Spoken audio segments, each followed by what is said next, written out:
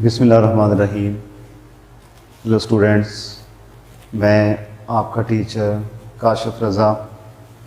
आज हम second year के ऑर्गेनिक केमिस्ट्री के लेक्चर 2 जो कि general characteristics of organic compounds हैं उनको जो है वो डिस्कस करेंगे।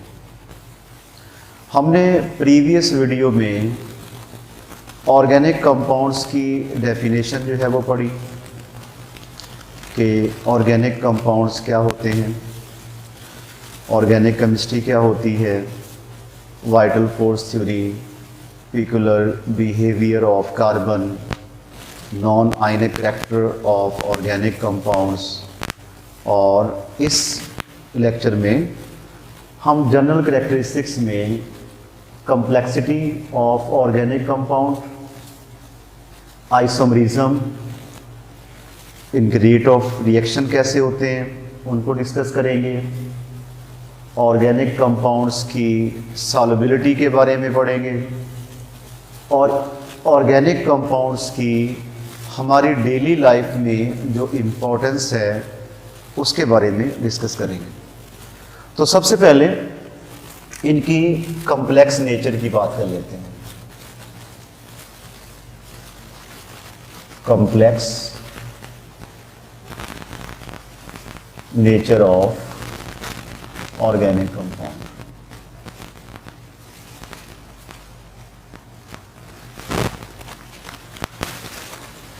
तो अगर देखा जाए कि प्रोटीन है आपके पास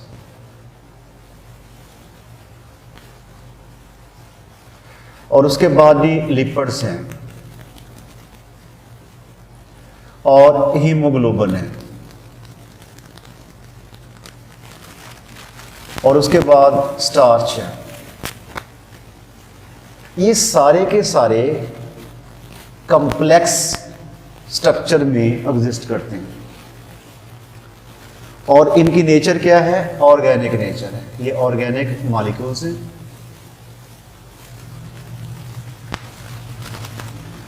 और ये कॉम्प्लेक्स स्ट्रक्चर बनाते हैं। तो complexity, complex nature is the property of organic compounds, यानी कि ऑर्गेनिक कंपाउंड्स जो हैं वो कॉम्प्लेक्स इन नेचर होते हैं। मसलन इनका स्ट्रक्चर ऐसे, कार्बन जो है वो आपस में इंटरकनेक्टेड होती है। इनके स्ट्रक्चर में कार्बन जो है वो क्या होती है? इंटरकनेक्टेड होती है। अब इनकी कॉम्प्लेक्स नेचर की भी मेन वजह जो कि पिछले लेक्चर में हमने पढ़ी वो भी कैटिनेशन है। कैटिनेशन की वजह से जो ऑर्गेनिक कंपाउंड्स हैं वो कॉम्प्लेक्स इन नेचर होते हैं, यानी कि इंटरकनेक्टेड होते हैं। कार्बन के एटम्स पूरे स्ट्रक्चर में इंटरकनेक्टेड होने की वजह से वो पूरा मॉलिक्यूल क्या हो जाता है? कॉम्प्लेक्स इन नेचर हो जाता है। ठीक हो गया? तो it is the property of the organic compounds के इनके जो स्ट्रक्चर्स होते हैं वो कॉम्प्लेक्स इन नेचर होते हैं। और दूसरे नंबर पे अगर हम बात करें कि मैं एक एग्जांपल लेता हूँ आपको कि एग्जांपल ये है कि मैं यहाँ पे एक कंपाउंड लिखता हूँ इथाइल अल्कोहल, CH3 CH2 और OH। इसका नाम है इथाइल अल्कोहल, या इसको एथानॉल हम कहेंगे। ये इथाइल अल्कोहल है। और एक मैं यहाँ पे स्ट्रक्चर लिखता हूँ डाई मिथाइल ईथर का, डाई मिथाइल ईथर। इसका अगर कंडेंस फार्मूला लिखा जाए तो ये बनता है C2H6 और O। यहाँ पे होगा C2H6 और O।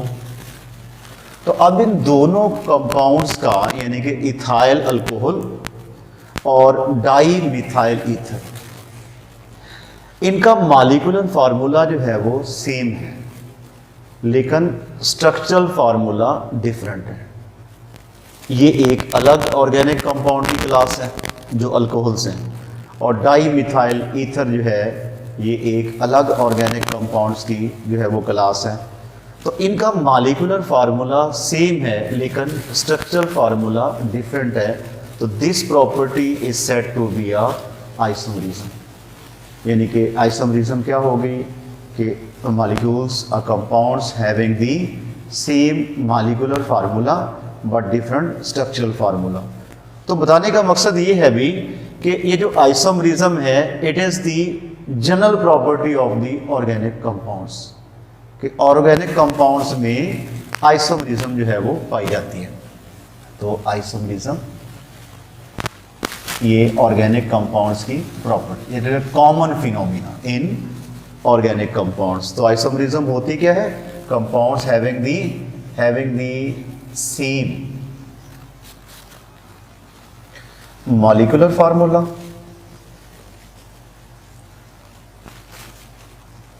But different structural formula. कि इसमें क्या होता है कि मॉलिक्यूल्स का या कंपाउंड्स का मॉलिक्यूलर फार्मूला सेम होता है लेकिन स्ट्रक्चरल फार्मूला क्या होता है? डिफरेंट होता है। तो this phenomena is called isomerism and this property is associated with the organic compounds. ये ऑर्गेनिक कंपाउंड्स में ये कॉमन फिनोमिना जो है वो पाया जाता है। Rates of reaction.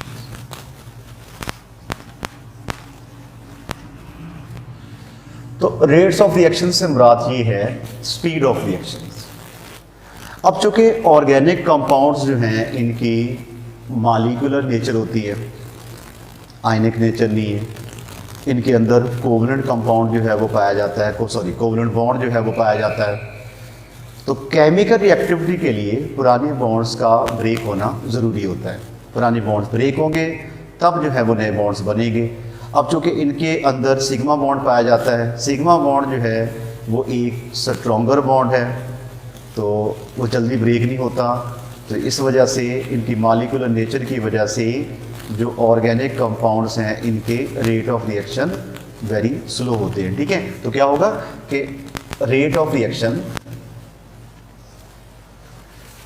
Reactions of organic compounds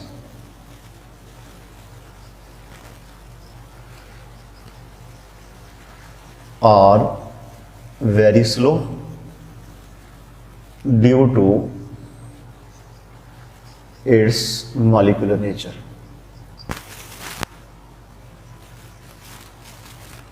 अपने मॉलिक्यूलर नेचर की वजह से इनके रेट्स ऑफ रिएक्शन जो है वो क्या होते हैं? वो स्लो होते हैं। उसके बाद अगली इसकी प्रॉपर्टी है सॉल्युबिलिटी।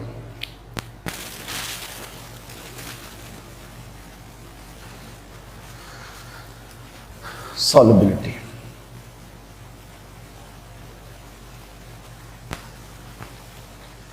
अब सॉल्युबिलिटी का एक ट्रेंड होता है कि लाइक डिसॉल्व लाइक, कि पोलर पोलर में हल होता है और नॉन पोलर में हल होता है। अब ऑर्गेनिक कंपाउंड जो हैं वो क्या होते हैं? Non polar. Organic compounds without nitrogen, sulphur, oxygen, phosphorus, इनके बगैर अगर नाइट्रोजन, सल्फर, ऑक्सीजन और फास्फोरस इनमें मौजूद नहीं हैं तो ऑर्गेनिक कंपाउंड्स क्या होंगे? They are non polar in nature. तो ऑर्गेनिक कंपाउंड जो है वो क्या होंगे? Non polar in nature. ठीक है, तो सॉल्युबिलिटी का ट्रेंड होता है लाइक डिसॉल्व लाइक। ठीक है, ये जनरल ट्रेंड है कि like dissolve like. Polar polar में हल होता है, नॉन पोलर जो है वो नॉन पोलर में हल होते हैं। अब चूंकि ऑर्गेनिक कंपाउंड्स जो हैं ये नॉन पोलर हैं तो लिहाजा ये वाटर में हल नहीं होंगे। देखिए, नॉट डिसॉल्व इन वाटर। उसकी वजह क्या है कि ये नॉन पोलर है और वाटर जो है वो क्या होता है? वो पोलर होता है। ठीक है, जबकि ये बेंजीन और उसके बाद ये ईथर और क्लोरोफॉर्म में अच्छी तरह जो है वो हल हो जाते हैं क्योंकि ये सारे के सारे नॉन पोलर होते हैं। बेंजीन, ईथर, क्लोरोफॉर्म ये नॉन पोलर और ऑर्गेनिक कंपाउंड्स भी नॉन पोलर। ये आपस में हल हो जाएंगे लेकिन ये वाटर में जो है ये हल नहीं होगा। उसकी वजह क्या है कि वाटर की नेचर जो है वो पोलर होती है जबकि ऑर्गेनिक कंपाउंड्स जो हैं ये नॉन पोलर इन नेचर होते हैं। ठीक है, तो like dissolve like, polar polar में हल होता है, नॉन पोलर में हल होगा। ऑर्गेनिक कंपाउंड्स वाटर में हल नहीं होंगे। उसकी वजह क्या है कि ऑर्गेनिक कंपाउंड्स नॉन पोलर होते हैं और वाटर क्या होता है, पोलर होता है। तो these are the properties of organic compounds, general characteristics of organic compounds. अब अगला हमारा पॉइंट ये है कि इन ऑर्गेनिक कंपाउंड्स की हमारी डेली लाइफ में क्या इंपॉर्टेंस है। What is the importance of organic compound या organic chemistry in our daily life. यानी कि यहाँ पे ऑर्गेनिक केमिस्ट्री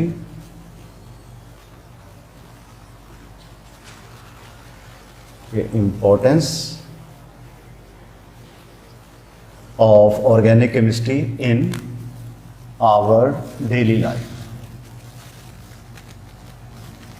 कि हमारी रोज़मर्रा की ज़िंदगी में ऑर्गेनिक केमिस्ट्री जो है वो कहाँ कहाँ पे इन्वॉल्व है। अच्छा देखिए, जितने भी बायोमॉलिक्यूल्स हैं, बायोमॉलिक्यूल्स में आ जाते हैं लिपिड्स, कार्बोहाइड्रेट्स और उसके बाद प्रोटीन्स, एंजाइम्स, ये सारे क्या हैं, ये बायोमॉलिक्यूल्स हैं।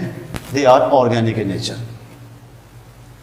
हमारी ज़िंदगी में, हमारे बॉडी में जितने भी जानदार हैं, उन सब की बॉडीज़ में जो भी रिएक्शंस होते हैं, यानी कि अपनी खुराक का एनर्जी में कन्वर्ट होना, जितने भी एंजाइम्स की मौजूदगी में बॉडी के अंदर केमिकल रिएक्शंस जितने भी होते हैं, वो सारे के सारे ऑर्गेनिक इन नेचर होते हैं।